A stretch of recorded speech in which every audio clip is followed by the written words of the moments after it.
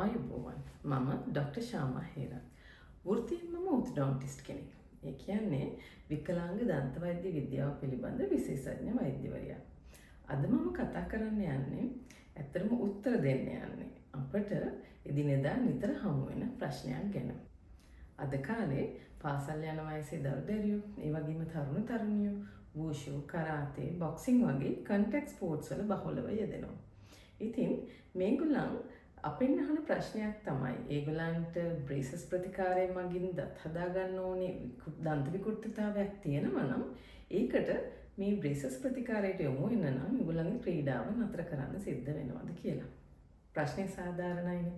මොකද බ්‍රේසස් කියලා කියන්නේ කම්බි වලින් සෑදෙන උපාංගයක්. ඒක දත් මතයි පළඳින්නේ. එතකොට මේගොල්ලෝ හැම විටම බය වෙනවා ක්‍රීඩාවලදී ප්‍රතිවාදියාගෙන් එල්ලවන ප්‍රහාරයක් නිසා ඒගොල්ලන්ගේ දත් ඒ වගේම තොල් මේ බ්‍රේසස් දාගෙන හිටියොත් තුවාල වෙන්න ඉඩ තියෙනවද කියලා. අද මෙන්න මේ ප්‍රශ්නෙට තමයි උත්තර දෙන්න යන්නේ. ඇත්තටම මේකට උත්තර දෙන්නේ මම නෙවෙයි.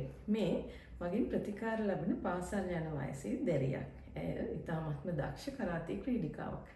අපි එයාගෙන් අහලා බලමු එයා බ්‍රේසස් දාන අතරම අඛණ්ඩව එයා ක්‍රීඩාව ඉදිරියට කරගෙන යන්නේ කොහොමද කියලා. දුගෙන් අහමු එයා දක්ෂ කරාටි ශූරියක්. ඉතින් එයා හොඳට සෙල්ලම් කරනවා, කම්පිටිෂන් වලට යනවා, ඒව දිනලා එනවා.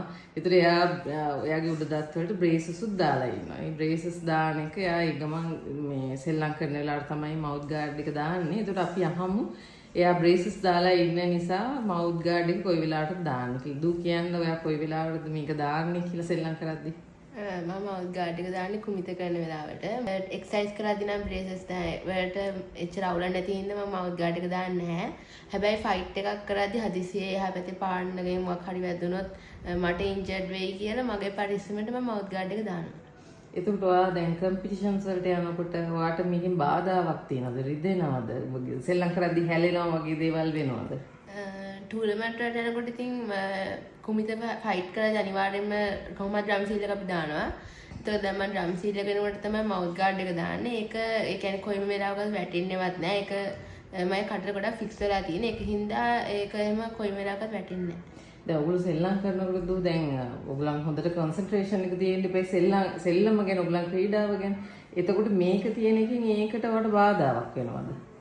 නෑ එහෙම බාධාවක් වෙන්නේ නැහැ. කොහොමත් අපි මවුත් ගාඩ් එකක් යූස් කරනවනේ. ඒ කියන්නේ ඩ්‍රම් සීල් කියලා එකට වෙනම එකක් තියෙනවා. දැන් ඒක වෙනුවට තමයි මම මවුත් ගාඩ් එකක් පාවිච්චි කරන්නේ මටම හදලා තියෙනවා. බ්‍රේසස් දාලා තියෙන හින්දා. ඔයගොල්ලන්ගේ ස්පෝර්ට් එකේ හැටි ඔයගොල්ලෝ කන්ටැක්ට් ස්පෝර්ට් එකක් නේද? ඔයගොල්ලන්ගේ මූණට මේ අනිත් ප්‍රතිවාදී ක්‍රීඩකයා ගහනවා. ඒ වගේ දේවල් වෙනවා. ඒකට සමහර දරුවෝ බය වෙනවා බ්‍රේසස් එකට යන්න. ඒගොල්ලන්ට ස්පෝර්ට් එකට ඩිස්ටර්බ් එක බාධා වෙයි. ඒ නිසා එහෙම අපිටත් හම්බ වෙනවා. ඔයාට අවංකවම මොකද්ද ඔයගේ යාළුවෝ වගේ සම වයසේ අය නංගිලා මල්ලිලා නේද මේකට මේ මූණ දෙන්නේ. ඒකට ඔයාට ඒගොල්ලන්ට මොකද්ද ඔයාට කියන්න පුළුවන්. කියන්නේ මේක දාන එකෙන් ඒගොල්ලන්ට බ්‍රේසස් ස්පෝර්ට් එකයි දෙකම එකට කරන්න පුළුවන්. ඔයාට මොකද හිතෙන්නේ? මම නම් හිතන්නේ ස්පෝර්ට් එකට බාධා වෙනවා කියලා බ්‍රේසස් දාලා තියෙන එක. තමන්ට ඒක කොහොමද తాවකාලිකව ඒ කියන්නේ ටික දවසයි ඔය කොහොමද දාන්න තියෙන්නේ. ඒකට අපි ඉතින් හරියට දේවල් ඒ කියන්නේ හරියට අපි ඉක්විප්මන්ට්ස් හරියට දාගත්තොත් මම හිතන්නේ ඒක ස්පෝර්ට් එකට බාධාවක් හදලා තියෙන්නේ සොෆ්ට් මටීරියල් එකකින්. මෙන්න මේ විදිහට තමයි මේ දුව මේක පළඳින්නේ. මේක දැම්ම කියලා එයාට කිසිම අපහසුතාවයක් නම් දැනෙන්නේ නැහැ කියලායි කියන්නේ. එහෙනම් දැන් පැහැදිලි නේද? ඔයගොල්ලෝ ලියදෙන කන්ටැක්ට් ස්පෝර්ට් එක බ්‍රේසස් ප්‍රතිකාරයට බාධාවක් නෙවෙයි. ඒ නිසා ස්පෝර්ට් එක අඛණ්ඩව කරගෙන යන අතරම බ්‍රේසස් දාලා දත් ටික ලස්සන කරගන්න බය වෙන්න එපා. එහෙනම් ආයෙත් මේ වගේ වීඩියෝ එකකින් හම්බෙනතුරු ඔබ සැමට සුබ දවසක්.